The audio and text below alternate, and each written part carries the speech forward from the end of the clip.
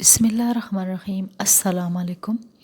ایک دوسرے کی مدد کرنے سے متعلق سنت نبوی صلی اللہ علیہ وآلہ وسلم۔ حضور صلی اللہ علیہ وسلم کی مبارک زندگی سے ہمیں دوسروں کی مدد کرنے کا پتہ چلتا ہے۔ آپ صلی اللہ علیہ وسلم نے اپنی زندگی میں غریبوں کے لیے امیروں کو زکوٰۃ دینے کے فرمان کو جاری فرمایا اور بے سہاروں کو سہارا دینے اور بیمار پرسی پر تعلیمات ارشاد فرمائی، اور پھر آپ صلی اللہ علیہ وسلم کے صحابہ نے بھی آپ صلی اللہ علیہ وسلم کی تعلیمات پر عمل کیا۔ قرآن مجید میں ارشاد ہے، یعنی نیکی کے کاموں میں ایک دوسرے کی مدد کرو۔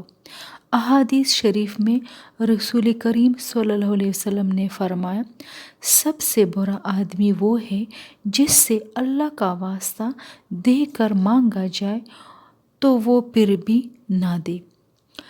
دوسرے حدیث کے مطابق جو شخص اپنے بھائی کو نفع پہنچا سکتا ہے، اس کو چاہیے کہ وہ ضرور نفع پہنچا دے۔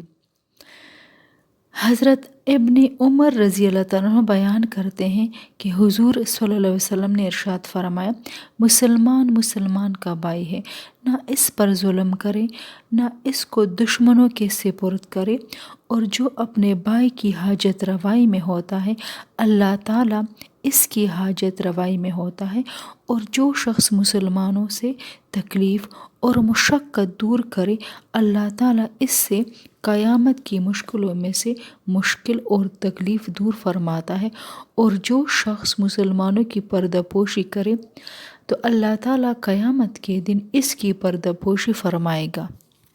جب کسی مجلس میں کسی شخص کی عزت پر حملہ کیا جائے تو تم اس کے مددگار بن جاؤ اور لوگوں کو منع کرو، ورنہ ان کے پاس سے اٹھ جاؤ۔